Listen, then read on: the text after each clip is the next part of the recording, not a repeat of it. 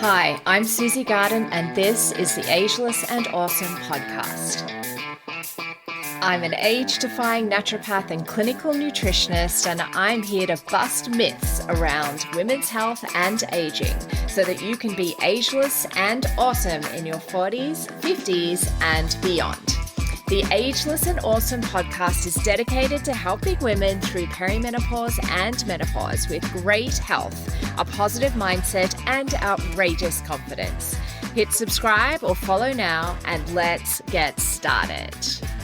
Hello, gorgeous one, and welcome to this week's episode of the Ageless and Awesome podcast. Now, I'm battling a little bit of a cold this week, so I'm sorry if you can hear that in my voice, but funnily enough, one of the symptoms I'm experiencing is brain fog, and I haven't had brain fog like this for quite some time, and it ties in really well with the topic for this week's podcast, which I'd planned weeks ago. And the topic is brain fog, forgetfulness, and feeling like you're losing your mind.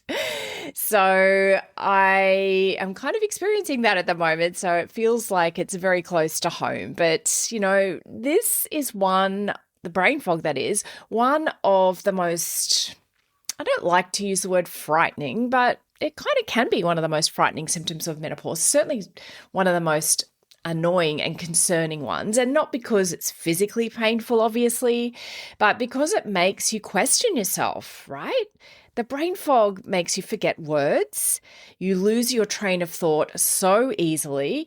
You can walk into a room and have absolutely no idea why you're there, reading the same paragraph 3 times, still not taking it in, opening your laptop, forgetting what you're about to do. And probably my personal favorite is going on the internet to look up something, and then I'm like, what was I here to look up? I'm having a lot of these symptoms today. So yeah, fun times. But, you know, I guess the thing is with brain fog is for a lot of women, because it isn't one of the more well-known symptoms of perimenopause or menopause. And so you can be thinking, is this normal? Like, what is wrong with me? What's happening to my brain? I certainly had those thoughts when I experienced brain fog back in perimenopause. I didn't know what was going on.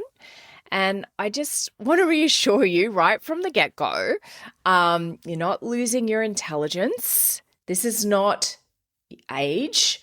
This is not becoming more incompetent. This is not permanent. What you're experiencing is very real. It's a very common symptom of hormonal change. Also a very common symptom if you've got a cold or some sort of illness. That's part of your immune response.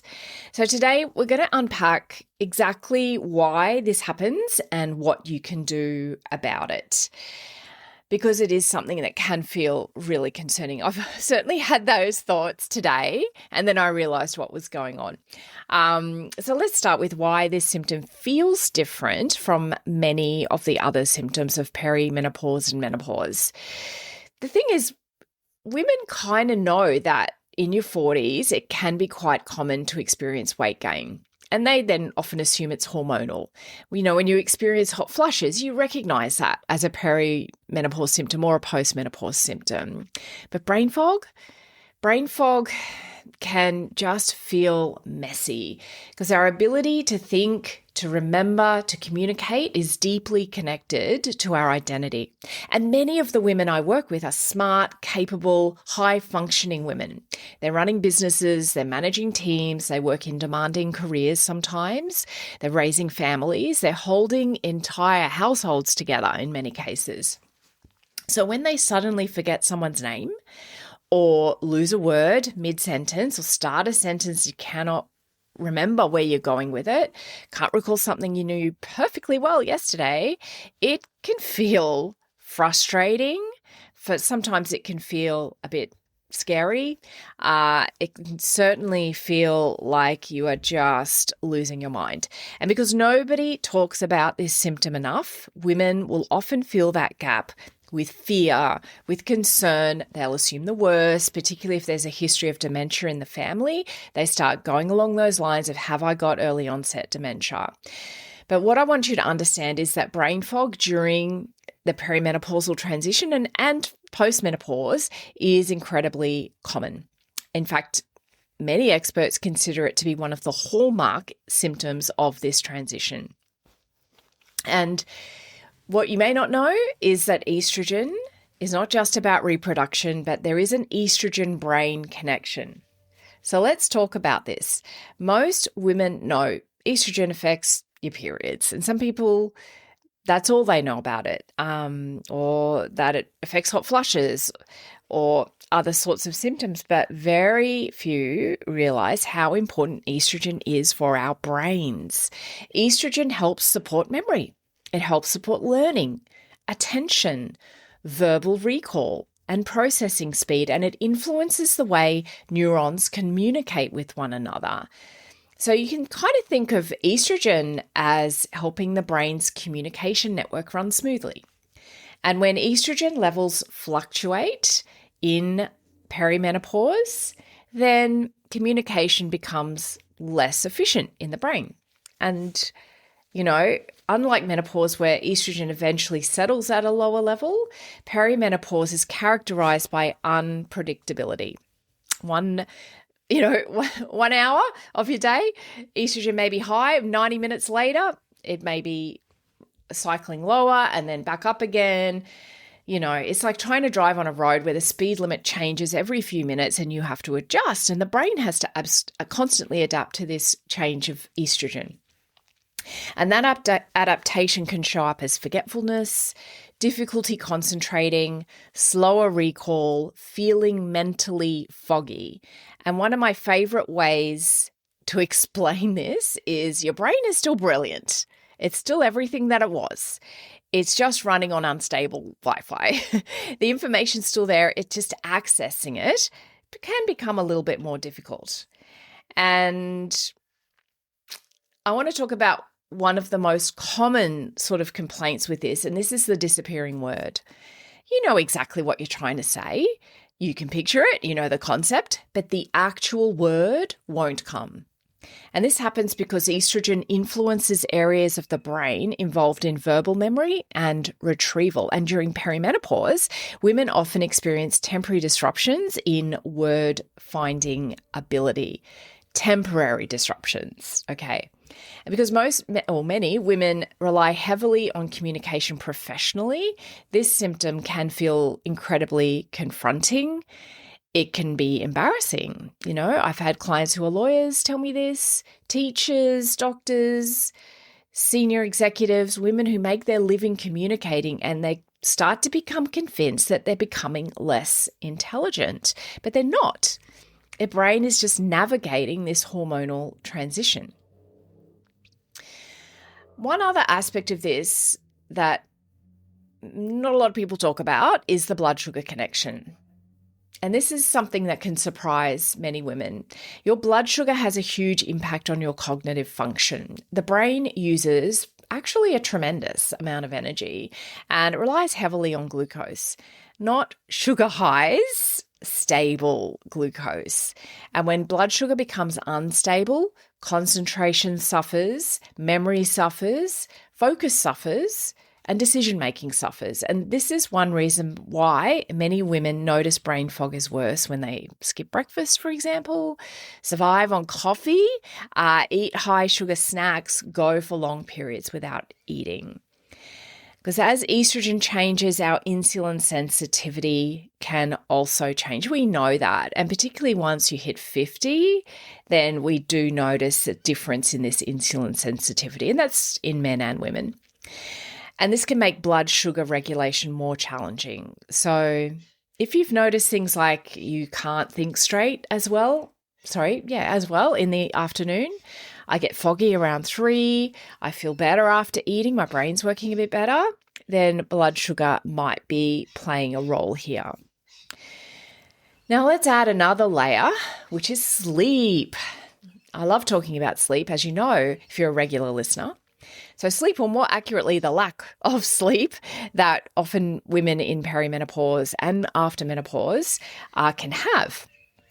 Many women who enter perimenopause are sleeping less deeply than they used to. Maybe you're waking at 2 or 3. Maybe you're waking several times a night. Maybe you're lying awake for an hour or more. Even if you are technically getting enough hours of sleep, then fragmented sleep also will affect cognition. Deep sleep is when many of the brain's repair and housekeeping processes occur. Our glymphatic system, for example, is like our lymphatic system for the brain, which helps with detox and removing waste products.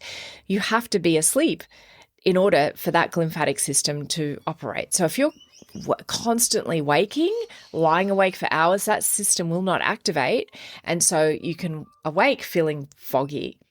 Deep sleep is when memories are consolidated. It's when the brain clears metabolic waste. That's through that glymphatic system.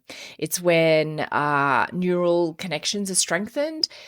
When deep sleep decreases, our brain performance decreases. And this is why many women notice that the worse they sleep, the worse their brain fog becomes. So now for the part that you probably want to know about, it's just what you can do, what actually helps. Firstly, support your blood sugar stability. That means having protein at every meal. Protein at breakfast in particular, super important. Get rid of the breakfast cereal, get rid of the orange juice, get rid of the toast. If you're just having, if you're Australian, Vegemite on toast or peanut butter on toast, it's not enough. It's really not enough. You need to get decent protein at breakfast. Regular meals, ideally 3 meals a day, 3 beautifully balanced meals a day is ideal for your blood sugar stability. Fiber-rich foods, they help with keeping that blood sugar nice and stable, avoiding spikes is what I'm trying to say, and also avoid long periods without eating. Secondly, prioritize sleep. Not because it feels good if you have enough sleep, but it's the therapeutic benefits of sleep are just so important. So that means planning, turning those screens off, lowering light, managing stress, having some sort of routine around your sleep, using supplements such as magnesium glycinate is a really good one to help sleep and relax the brain. And there are plenty of really beautiful herbs, and I'm talking herbal medicine and nutritional supplements such as mag glycinate to help. So if you're really struggling with sleep, that is something that you need to really put a focus on and prioritize. Prioritize it over looking at your screen, over binging on your streamers. It is so important. Thirdly, move your body. Another really important one. So many of us are sedentary in our day. I know I lead a very sedentary day life in my job, so I really need to prioritize exercise and moving my body. And obviously it's really important for things like muscle building and bone health, but it increases blood flow to the brain as well. That supports cognitive function. And particularly strength training. I mentioned on the pod, I don't know if it was last week or maybe in the last few weeks, about this muscle-brain connection. I need to do a podcast on that actually. So the muscle-brain connection is something that's only being talked about fairly recently. I haven't looked hugely into the research and the timelines about when that research has been done, but I will do a podcast on that actually, because I think it's really important and really interesting one to learn about. So exercise or moving your body. So it doesn't have to be structured exercise. Dancing, I talk about a lot. Like even if you're really sedentary in your job, if you work from home, if you have the ability, like for a few minutes every hour to stand up and just dance around your office. I know it sounds crazy, but it's really great for building energy, for making you feel good. It might make you laugh, which is great for stress management. So many benefits. A big, big proponent of that. Fourthly, reduce inflammation. The reason why I've got brain fog with this cold is because my inflammation has gone up, obviously. So that's also really important when you're in peri and post menopause, is to reduce inflammation in your body. So this means eating more whole foods, fresh fruits, veggies, that kind of thing. Increasing your omega-3 fatty acids, reducing excess alcohol, supporting gut health, staying away from sugar as much as you can. So many more things you can do to reduce inflammation. It's one of the primary things I do with the GLOW protocol, in fact, which helps release weight. So finally, the final tip I have for reducing brain fog is to stop panicking and stressing about it. And I know that sounds really simple, but anxiety about brain fog often makes the brain fog worse. When we become hyper-vigilant and super self-conscious about every forgotten word, we create more stress. More stress creates cortisol, and cortisol further affects our memory and focus. So just to recap on these 5 things to help brain fog is managing blood sugar, keeping that blood sugar beautifully stabilized, prioritizing sleep, moving your body, reducing inflammation, and stop panicking and creating stress in your body. So when should you actually seek help? Now, we know that brain fog is pretty common in perimenopause, but it's important to kind of realize also that not everything should be assumed to be hormonal. So it is worth speaking to your healthcare practitioner if the symptoms are really severe, if they're rapidly worsening, if they're interfering significantly with daily life, or if you haven't ruled out things like iron deficiency, thyroid dysfunction, B12 deficiency, sleep disorders, because sometimes multiple factors are contributing to this. So it shouldn't be ignored if it's really impacting you. So if you've been worried that you're losing your intelligence, please hear this. You're not. Your brain is adapting to a major hormonal transition. The information is still there. Your brilliance is still there. Your capability is still there. And the goal is at this time of life to support the systems that help your brain function at its best. And if you'd like support navigating brain fog, navigating low motivation, sleep disruption, weight changes, lowering inflammation, and other symptoms of peri and postmenopause, I'd love to help you. As you know, we now have the Perimenopause Path Clinic. You can book a free peri weight loss assessment using the link in the show notes, or you can just book an appointment at the clinic. It's totally online, so you can access it from wherever you are. And myself and Erin, my gorgeous colleague, Naturopath, we love helping you. We want to help you. So please feel free to book in. So until next time, take care of your brain. Just even if you took on board 1 or 2 pieces of or little strategies that I have mentioned here today, you may find that makes a huge difference. So take care. Trust your brain a little more than you have been lately, and I will see you next week with some more fresh new content. Thanks so much for joining me on the Ageless and Awesome podcast. If you liked this episode, please make sure you click the little plus button if you're on Apple Podcasts, or the follow button if you're on Spotify, so that you get each new episode delivered to you every single week. If you feel like writing me a 5-star review, you would absolutely make my day. If you found this episode resonated with you, head over to my Instagram and DM me at the Perimenopause Path. I would love to connect with you.